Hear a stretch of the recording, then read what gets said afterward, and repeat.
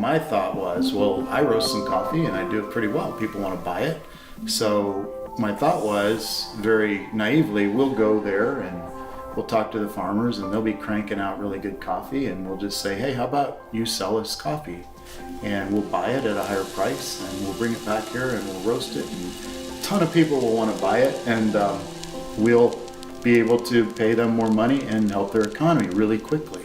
And it will be just amazing. It didn't turn out exactly that way. I didn't know what to expect either. I knew already what he had in mind. I knew his expectations. I didn't know what was going to happen once we got there, once we got to Chicontla.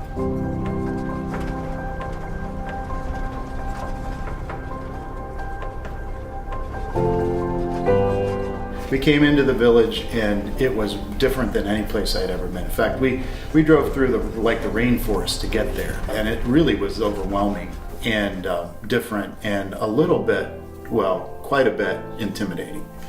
Like the next day, we had been out somewhere at night and we were coming back to Chicontla, and either Jaime or Horacio, the pastor there, said, we're going to go to the meeting now. And I'm like, what meeting?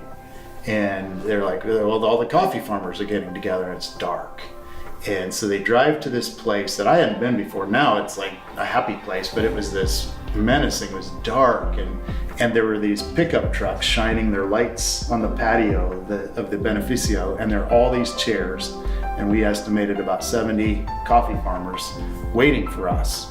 And I didn't know that this was happening. So here it's Jaime and me and Horacio, and we're in front of all these coffee farmers, and they all, like, I know them all now and love them, but they all looked really intimidating to me. And I was probably the first gringo, or one of the few gringos they had ever seen. And we had witnessed enough of where they were with their coffee processing that already in my mind I'm going, my plan was naive. And so we get in front of these people, and Jaime's interpreting some of their conversation, but not all of it. And some of it seems agitated, and I'm like, oh my gosh. So then somebody finally, I think it was Maximo, stood up and said, so what's your plan?